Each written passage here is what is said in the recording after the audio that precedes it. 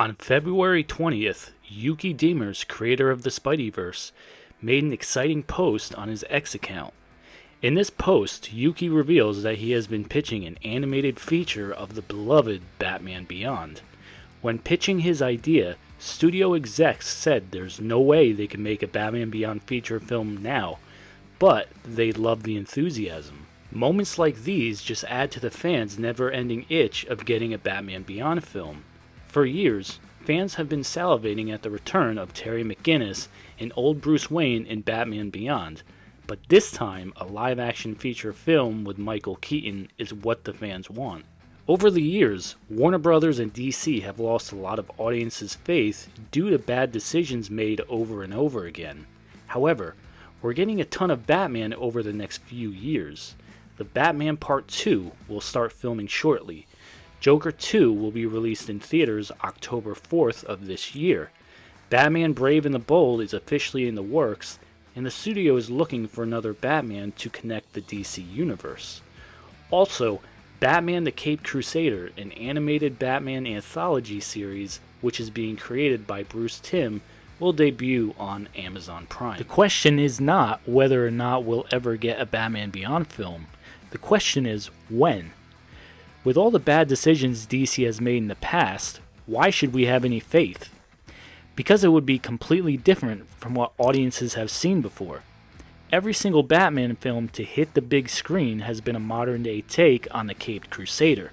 Since the debut of Batman Beyond in 1999, fans have always been teased with a possible live-action film. After the underwhelming Joel Schumacher Batman films of the second half of the 90s, the studio was looking for a fresh start.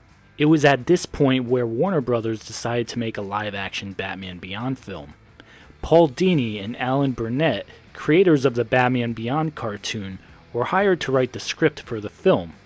According to Paul Dini, the script had much inspiration from the animated show itself, but also the contemporary comics. Boaz Yakin, director of Remember the Titans, was hired to direct the film. Clint Eastwood was targeted to play the old rundown Bruce Wayne who would mentor Terry McGinnis to take over the Batman cowl. Eastwood would have been a no-brainer to cast as Bruce Wayne, considering his familiarity to his roles of being the old hard-nosed man that didn't get along with anyone. Dini and Burnett pitched their ideas to the studio, but before it went any further, the studio wanted a more kid-friendly approach than what Dini and Burnett had in mind. This led to director Boaz Yakin to abandon the project, and eventually Paul Dini followed in his footsteps. The project was officially cancelled. The studio's idea of having a more kid-friendly Batman didn't make sense for many reasons. Batman is a dark, serious character, and once you remove those elements, you no longer have a Batman film.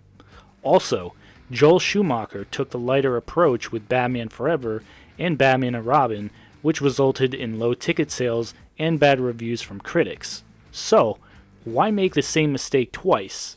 Ironically, a few years later, WB hired Chris Nolan to reboot the franchise, and it would have a dark, gritty tone, which is exactly what Burnett and Dini were trying to do with their Batman Beyond project. Luckily, we all know how the Dark Knight trilogy way surpassed expectations. After the Dark Knight trilogy started, the possibility of a live-action Batman Beyond wouldn't be a thought in executives' minds until decades later. In 2023's The Flash travels back in time and enlists the help of Michael Keaton's Batman. The return of Michael Keaton's Batman after an almost 30-year absence had fans thinking if it could be possible for Michael Keaton to play an old Bruce Wayne in a live-action Batman Beyond film. The studio was thinking the same thing. Kevin Smith, director and comic book lover, confirmed that a live-action Batman Beyond film was in early development according to Michael Uslan's son. For those who don't know who Uslan is, he owns the film rights to Batman and brought us the great Batman films starting with Batman 1989. However, the creation of a live-action Batman Beyond film would be dependent on ticket sales of The Flash. Executives figured if the return of Michael Keaton would post good box office numbers, imagine what a Batman Beyond film starring Michael Keaton would bring. Unfortunately, The Flash bombed at the box office, and for a second time, a live-action Batman Beyond was canceled. Despite the bad news, I believe it's inevitable we'll get a live-action Batman Beyond film with Michael Keaton. Let's ask our friend Luke over at Serum Lake his recollections of the show Batman Beyond, and if he thinks it's time for a Batman Beyond film. As Nick has alluded to, Batman Beyond was a great show that had some rocky origins. On paper, having the creative team behind Batman the Animated Series and Superman the Animated Series forced to make a more child-friendly show about a teenage Batman sounds like a recipe for disaster. However, the writers and artists threw everything they had into coming up with a concept that would build upon everything they had established in their earlier shows. It would have been easy to just scrap everything and document the early days of Bruce Wayne learning to become Batman on the job, which is something 2004's The Batman, you have to say it that way, by the way, did. However, they embraced the concept of legacy, instead focusing on the transition from the original Batman to a new Batman, teenager Terry McGinnis. One of the things I really love about the show is that it demonstrates how, no matter what plans you make, life has its own path in mind for you. In the comic books and to a lesser extent the DCAU shows, Batman trained each of the Robins to one day be his successor. We would see this play out temporarily multiple times in the comics, but before too long Bruce Wayne would inevitably don the cowl again. In Batman Beyond we see that, despite all his preparation, there is nothing Bruce Wayne can do about getting old. By this point in his life, he is alienated from the entire Bat family. Barbara Gordon has focused on her career in the police force, Tim Drake tried to establish himself as a solo hero but failed, and God knows what happened to Nightwing. No, those more recent Batman Beyond comics aren't in the same continuity as the show, so in my mind, they don't count. Instead, we see Bruce Wayne isolate himself after being forced to quit being Batman, leaving Gotham without a protector for decades, until Terry McGinnis stumbled into his life. They could have taken the easy route and just made Terry a carbon copy of Bruce. Keep epilogue a secret. But his attitude is entirely different.